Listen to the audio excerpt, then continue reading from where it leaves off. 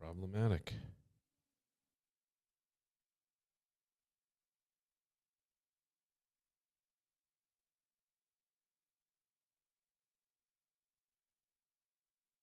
From the Mac of All Trades studio in Fairport and driven by Victor Chrysler Dodge Jeep Ram, it's Billified, the Bill Moran Podcast.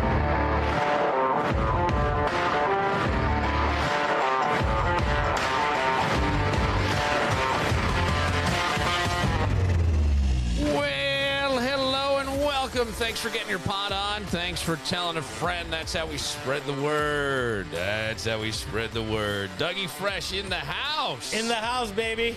Happy post-eclipse day. Yeah. Did you see it? Did you see it? Did you look up without your glasses like everybody else? Did you have a headache for a little while? No. No, I didn't. I didn't. Did you? Did you really have a headache?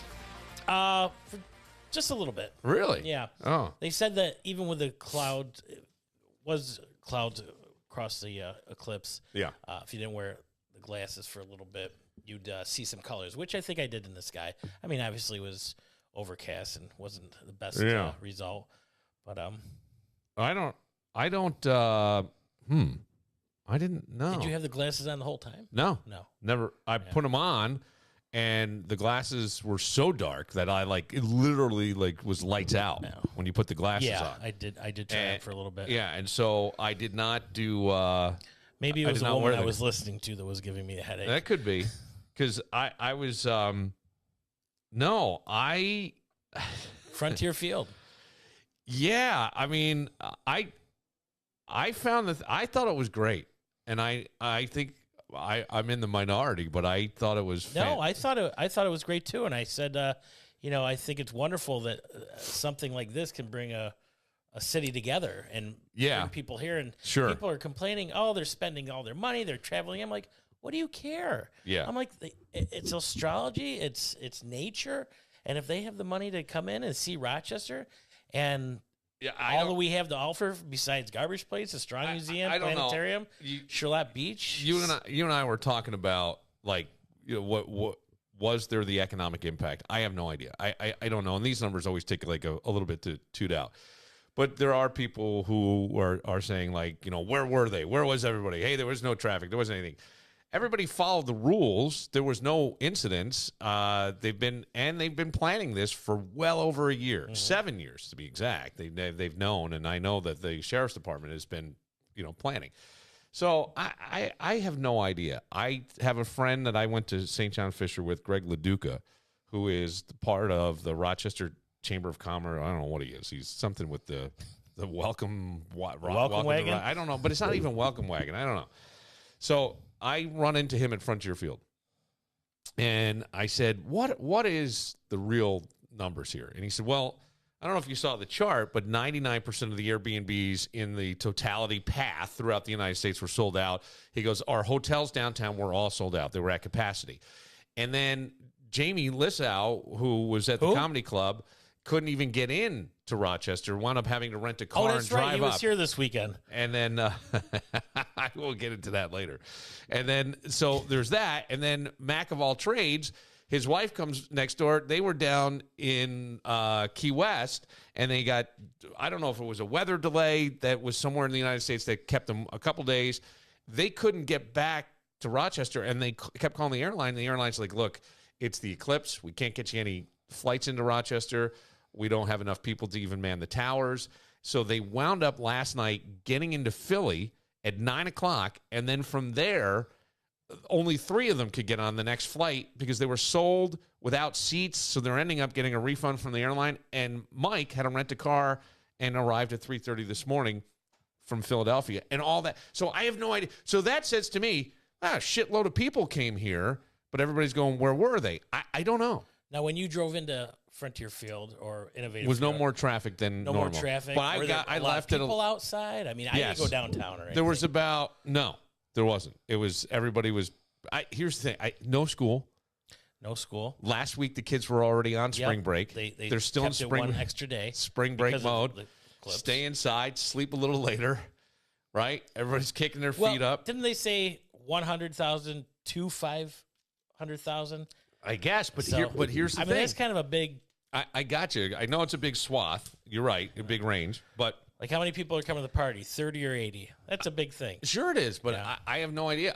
This is what I'm telling you. So you've got the people who are saying exactly that, and I'm saying I don't know because I'm told by people in charge that the hotels were sold out downtown, and by friends, 2 of them could not even get into this city because of the eclipse. I don't know what that means. I don't know. I don't either. I know my parents went to a party to next door neighbors. O'Loughlin's were cooking grills outside. We had something at Forest Hills. We just had hots and hams and told people to come on down. And had about 20 people. See, I mean, that's it. I think like little pockets of people. I know there were parties. There was a party at my buddy Damien's. There was a party right down here at my wine and cheese bar that my mother and I stopped into because I came back and set up the studio after we left Innovative Field. We go in there, they have a big, giant cheese platter. So we're sitting there talking, laughing. And my mother goes, can we get some cheese? And he's like, oh, it was for a private party. But here was the deal. $20, you got live music, your first drink, and access to this giant cheese tray and fruits and all that stuff. And I go, that's actually not a bad price. Not a bad. So then I said, well, how about I pay you $20 and I'm going to go get some cheese? And she goes, how about you just go get some cheese? There you so go. I was cutting because my mother walks in. You old charmer. That cheese just smells so good. I think I'd like some cheese. I don't know. I have not been sleeping well because I have a 1-bedroom place that I have, and it becomes, I guess, problematic. But I don't have my kids, so I'm like, I'm not gonna, you know what I mean? Right. I'm not gonna spend it. So I have been sleeping on an air mattress, but it becomes a core exercise at about in the middle of the night because it deflates slightly and you roll over and you start to lose your balance. Yes. And I'm like, so I am very tired. And because your mom's staying with you, obviously. Yeah. She's got the beautiful king size bed. Right. And you've got the mattress with the duct tape wrapped around it. So it's not even duct tape. It was a new air mattress. They're all like, new. What the fuck, man? So, and then I got, anyway, it doesn's matter. But I will say this. I think that thing yesterday, I'm standing there watching the eclipse, and I know that there was everybody shitting on it. Oh, it didn't happen. We didn't see. And I kept looking up, and I go, wow, this is really cool because I could see the corona, like, was shining through. That would be the edge of the sun because it's bigger than the moon coming through, and it was lighting up patches of the sky, and you could see where the clouds were thinner. And then it got completely dark, and it was really, really, I found it interesting. Yeah, that part was really neat. I kept going in and out of the bar. Yeah. I go fill up a drink or get somebody something, and it was getting darker, and the next thing you know, it's midnight. Yeah. I'm like, this is, pretty cool. It's 3:30. Okay. All right. You're not going to see this every day. Now, so what did you take away from that? Because I took something away, and I think that either maybe I'm fucking weird, but I took something you're away. Fucking weird anyway. Yes, I am. I just thought it was a nice experience to be a part of. Yeah. Now, I remember years ago where you could see the solar flares, and we had a neighbor that had the welding glass. Yeah, yeah. And you could see just a hair of it coming off the sun, but you could say that you did it, and I thought that was neat. But for all the haters out there, it didn't happen. Oh, it was overcast. You can't change the weather. Enjoy what it's very, very funny to me that we had not a cloud in the sky, not a cloud in the sky on Sunday, not a cloud. Today. It's 80 degrees here or 77. Like God's looking up there. Hey, Rochester, here's another one for you. Hey. We're going wide right with the eclipse too. Joe, turn up the clouds. It's like, okay. So wide right with the eclipse. So, what a dig! I'm watching digs. I'm watching this, and I went, okay. I think we live completely wrong as human beings, completely fucking wrong. I'm watching this, and I go, there is clearly a higher intelligence. And I used to jokingly say to my kids when they would get stressed out, more when they were like teens, the older boys, and I would always go, hey, did anybody push the button and make the sun come up this morning? Did you go out and spin the earth to make sure? Like, there's all this shit that's happening, and we get so caught up in our lives that we forget, like, things are still happening. And I am a huge believer as I've gotten older and gotten away from It's like you get to this planet and you're conditioned. You're conditioned to life is hard. You've got to work. You got to grind. You got to blah, blah, blah, blah. And I'm believing more and more in my life that is complete and utter fucking horseshit. It is wrong. You didn't truck anything in here from another planet. All the resources were here. Everything you need to have is here. The only thing you need to have is a better attitude. Because when you're feeling good and you're in the zone, everything works for you. Everything. The universe does not put anything in it that it cannot support. It just doesn't. Right? And I'm watching this yesterday and I go, all of this stuff is happening and you never think about it. I don't think about the sun coming up, going down. But if you take a look at a history of the Aztecs, when all you had was to farm your crops and look at the sun and the moon and the stars, they had a lot of things figured out back then. Yes, but I'm just saying, but all that was done, right? So they built it they figured it out, and they used all the resources that were here, and there was happiness, and there was all this. We are like miserable. I mean, think about all the things that just make you miserable in a day. Think about all the shit, and I'm not saying, look, I'm irritable today because I have not slept well, right? So I am irritable, and I had to pause at one point and go, you had this almost what felt like an epiphany standing there yesterday going, everything we do, it's the Shakespearean line. Life, you're but a player on the stage. You front and stretch your hour to be heard no more. You're going to die, right? I mean, is that what they said? Yeah. So Shakespeare wrote that, and I go, we live completely, we're all fucking mad about shit, and you got to get to work. You better work. But fuck you and fuck. It's like all this stuff is still going on. Do what you want. Be happy. Yes. Do you want to buy some land in Alaska and you could just build a cabin? I understand what it sounds like that, but we get mad. We get emotional. Like, here's the other thing. I go, you can't worry. We definitely put value on the wrong things, I think we absolutely put. Well, I have proof because I had all these thoughts, and then Danny from the podcast said to me, hey, did you see this? And I'll play it for you in a second. And I thought, actually, you may get a kick out of it. I'm sure I will. Probably get a couple jokes. But I go, we worry, we stress, we get mad, we mistake emotions. We start to think that when we worry about somebody, that means we really love them. But you can't worry and love someone at the same time. You cannot. Yes, you can. No, you cannot. You cannot. I worry about my mother and I love her. You can worry, and that's one thing, and then love is the other. And when you're loving her, everything's great. Right? You probably have better conversation. When you're worrying about her, you're not loving her. You're worrying about her. You're worrying about her. And that's what I'm saying. And I go, man, we are so fucked. And I don't know whose fault it is. So you can't have two emotions at once. What if you're making love to a woman and you're worrying about your mother, but you're making love, and this is good, but is it the picture? You're mother's not all next there. To your bed, you're not all there. Back and forth, you're not all there. You're not going to explode. You're not all there. I'm just saying, you're not all there. I understand. And I think most people mistake the emotion of worry for love, and they're fucking wrong. And I'm sitting there yesterday, and go, if I say this into a microphone, people are going to think I'm fucking crazy. But I thought this is I think this is how things are. And then Danny sends me this. This is a guy that goes around the country and he finds people probably between the ages of 60 and 100. And he asks them questions like, what's your biggest regret? What would you tell your younger self? What are the things that you no longer believe? That sort of thing. Mm-hmm. So I want to play just a couple of these for you. And I would love to, just hear you, because I think you can maybe make them funny, but here's one. How old are you? 63. If you could give one piece of advice to someone younger than you, what would you say? Don't listen to anybody. 90% is in your stomach. If it feels right, you do it. And if it don't feel right, you don't do it. Wow. Why is that so important? Because human beings have feelings, and you could feel that, if it's not right, and everyone's thinking it's right, and maybe you have a different edge, and you don't feel it's right, you don't do it. What is something you thought was really important when you were younger, but as you got older, you realized it wasn't that important? Having a lot of money. You don't need a lot of money to be happy in life. My parents are gone. All the money in the world can't bring that back, and all the money in the world can't bring your health. If you're in bed and you can't get out, you have a ton of money, it's not going to get you out of bed. So you said your parents are gone? Yeah, they're gone about 15 years. What is something you wanted to say to your parents that you never got a chance to say? Thank you for everything you've done for me. Made me who I was. Beautiful. That's it. They did good.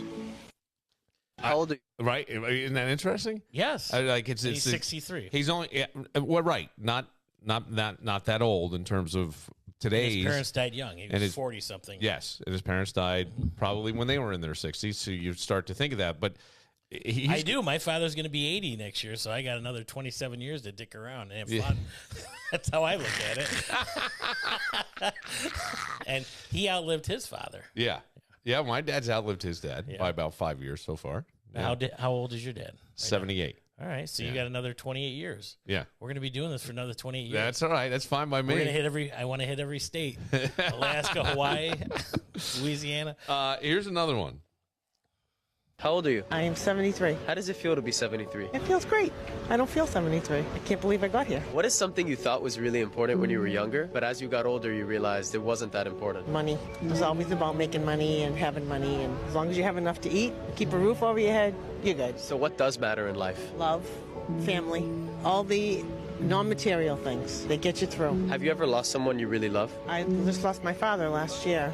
That was really hard. How did losing your dad a year ago impact you? He was 98. He lived a wonderful life, and we all knew that. But at the same time, none of us were ready to see him go. Is there anything you miss about him? I miss everything. I miss his sayings. I miss talking to him every morning. Just everything. He was an amazing man. What is something you really wanted to say to him that you never got a chance to say? I just hope that he knows how wonderful of a father we all thought he was. If you could go back in time and have a conversation with your younger self, what would you tell her? Don't sweat the small stuff. Don't sweat the little stuff. It's all going to work itself out. Well, I really believe that. I believe that. Like, think of your own life. Everything always works out, but by goddamn, do we sweat it? So, what is the small stuff? I don't know, because that's an easy saying. Right. I mean, what is the small stuff? The small stuff is the everyday bullshit you're sweating, paying the bills, making the money. Stop and just relax, and all the shit's gonna be okay. Well, you got to go and do stuff, but I do have to go and do stuff. But I think you have to come from a positive, inspired way of doing things than this. I got to grind. Oh man, I don't. You know, I swear to God, your brain's a magnet. Well, your brain's a fucking magnet. You're right. Well, maybe I'm not. And I don't. I will say one thing that it grinds on you is just having some credit card debt.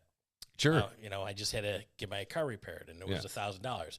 Now the interest on the Firestone card is, I think, 29%. Right. So you're trying just to walk to catch up. Some of the situations you have to run to catch up. Yeah. And then you're, what's the old saying? Robbing Paul to pay Peter. Robbing Peter to pay Paul. But there you go. Whatever. Yeah, whatever. You know what I meant. Yeah, but I understand it, but I often think sometimes when we start getting ourselves into that mental, like, feeling of lack, that's why, like, when the first guy said, basically follow your gut, I'd say even something more, like, I think we're all intuitive. We kind of know. You ever get a gut feeling like, hey, I don't want to do that. That doesn't feel right. You know, you ever do something and stay in it too long? Uh-oh. Something happened? Hello. Uh-oh. Should we pause here? Hello. Who is it? My mother. Your mother? Do you need to call her? No, she's probably texting me, and she hit call instead. But I love her. Now I'm worrying. Why? See? But, Mom, I can't. I apologize. Oh, that's all right. But I just think, like, you got to follow your gut. Like, there's something that's, like, just been bugging me for a while, and I feel like I keep doing it over and over, and everything's staying kind of the same and all this stuff. And I'm like, I think I got to just jump, follow my gut, get the fuck out, you know, stop that stuff. Go with it. Don't, it just becomes like a waste of fucking time, you know, and you don't want to hurt feelings, you don't want to, but sometimes you just got to go, fuck it, I can't anymore. I can't, because it's not. There's another chapter to be. Yes, exactly. How old are you? 78. If you could go back in time and have a conversation with your younger self, what would you tell him? I would tell him the desire to have material possessions to compete in that very artificial and empty world is a waste of time, it's useless, and it's very negative. And then to look for relationships. My curiosity is about people. Have you ever lost someone you really love? Yes, my father. I miss him every day. He was a very positive influence on me. What's an experience you've had with your dad that really changed you as a person, that really stands out to you? There was one day when I was really in a bad way in my first marriage, and I went to him and I was very upset and I was crying, and he finally realized that I was suffering, and he put his arms around me and he said, I will make it my business to make sure that you get better. And that was a significant moment in my life. What is something you really wanted to say to your father that you never got a chance to tell him? How much I think I have become more like you, Dad, than either I or you could ever have imagined. Now, I heard that one and I go, I feel like a shitty dad.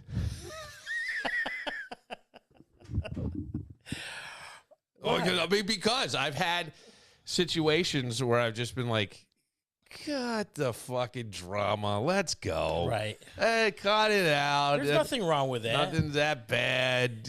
Stop. Don't you hear people say, yeah, my father had to give me a kick in the ass once? Yeah. I mean, I also think that there are people that are just, there are people that sometimes parents are better to be seen and not heard. Yes. It's a weird thing because I often like lectured my guys a lot. Like it would be, you know, hey, you got to blah, blah, blah, blah, blah. And then now I feel like I've sort of done a bit of a 180 and I was somewhere with my son who's going to be graduating college in a couple weeks. And somebody said to him, it was like a work party for him. He works for McCarthy's Tent. So they had this really nice party and he took me to it.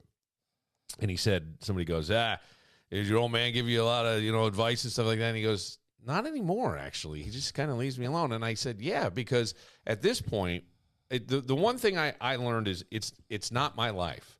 And that's the problem. We want to try to save somebody from mistakes or a problem that we made. And it's not your life. Let him go and just do the thing. He's got to learn. I mean, learn for yourself. Right. I mean, I say things to, like, he's saying to me, he's graduating, doesn't know what he's going to do, doesn't know what he's going to do. I get all these questions, and I think I gotta, and I said to him, you don't have to do anything. You're 22 years old. I go, buy a backpack, get a Google map, and go through Europe. There you go. I just go. I go, you got to, I go, no, you don't. I said, you know what you should do? You want to do this?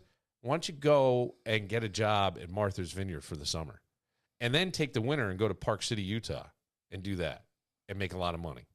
Yeah, this is the time to do it. Obviously. And I go, yeah. And I go, buddy, this is a kid who is jacked. He is in the best shape he's ever going to be in is right now. Right? He can bench 320 pounds. Go to South Florida, bang some rich 76-year-old woman. Just go. Get in the will. Yeah. I'm not saying go be a whore. I am. If you're listening out there, go be a whore. I am saying go and live. Go have the adventure. Go sweat. Yes. Stop this fucking, I got to get a job. I got to sweat. I sweat. People will often get mad at me because I still think college is not for everybody. It's not. No. And I know I hate seeing higher education at the cost you're paying become a trade school. You go to be trained so you can then get a job. And my thing would be, and this is where I differ on a lot of people, go and learn knowledge for the sake of knowledge. You will apply it. And if you need proof, my old man, philosophy major, everybody goes, what the fuck do you do with a philosophy major? This is a guy who grew up in a tenement in Brooklyn and built the house I grew up in. Never had a power tool in his hand. Right. Figured it out because he could think. Learned to think critically. How many people do you know went to college? What's your degree? Economics, accounting. Do you use it? No. I had 4 great years. 100%. Met your mother, had fun. And man. You have to keep learning. Yes. That's all. And that was all the shit I got yesterday. I apologize. I'm a little fired up today. I noticed. I could tell that you're a little off your rocker. Yeah, you're just fired up. You had the big. I'm tired. You're tired. And the eclipse came through. The eclipse came through, and I actually found myself. It's a world event, believe it or not. Yeah, sure it is. Yeah. I felt tired after it. I was like, it did feel weird when the sun came back. Okay, all right. I was at the bar. It went dark. I go, okay, last call. Get the fuck out. I'm like, all right, bar's still open. I mean, I was making jokes. I had the glasses on, doing my Stevie Wonder impersonation. I mean, I got some laughs.